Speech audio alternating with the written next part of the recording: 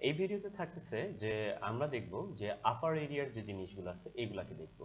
আমরা যখন মানে লাস্ট ভিডিওতে দেখছিলাম টুলস বার, তো টুলস বারে যখনই আমরা একটা ক্লিক করছি দেখছি যে এখানে আবার টুলসের সাথে সাথে অপশন চলে আসছে, আরো অনেক টুলস, যেমন এটার সাথে এটা, এবং সবগুলোর পাশে সংক্ষিপ্ত রূপ আসছে।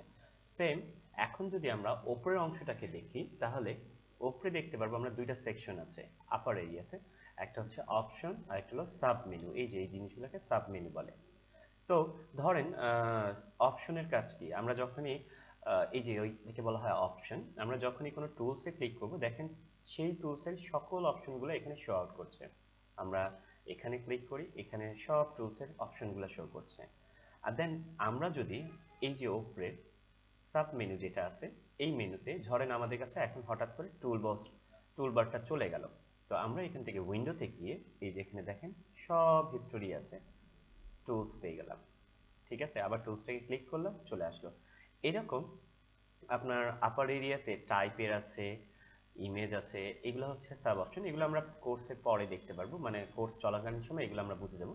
বাট আমাদেরকে একটা মনে রাখতে হবে, এই টুলসের অপশন হচ্ছে এগুলা, মানে এক একটা টুলসের আবার অনেকগুলা বাচ্চা কাচ্চা আছে, এবং এই বাচ্চা কাচ্চাগুলো হচ্ছে এখানে, তো এখানেও আছে, এখানেও আছে। তো হয় না আমাদের অনেক টুলস দরকার পড়ে, তো এই টুলসগুলোকে আমরা জাস্ট আমরা পরে ভিডিওগুলো দেখবো, শুধু এতটুকুই মনে রাখি এটা হচ্ছে টুলস বার, এটা হচ্ছে আপার এরিয়া।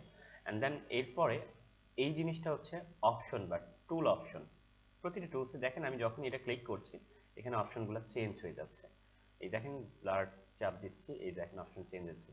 মার্কি টুল চাপ দিচ্ছি এবং টুলের পাশে প্রতিটি টুলসের পাশে নাম দেওয়া আছে, আমি সরাচ্ছি এবং আমাকে বলেও দিচ্ছে কোনটা কি কাজে লাগে। ওকে, একটু আপনারা একটু খেয়াল করে দেখবেন, তাহলে আপনারা অনেকগুলো বুঝতে পারবেন যে এই টুলসকে এই কাজ করা যায়।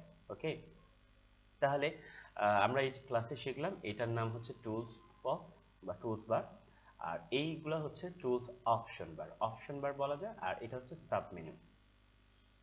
নেক্সট ভিডিও দেখুন।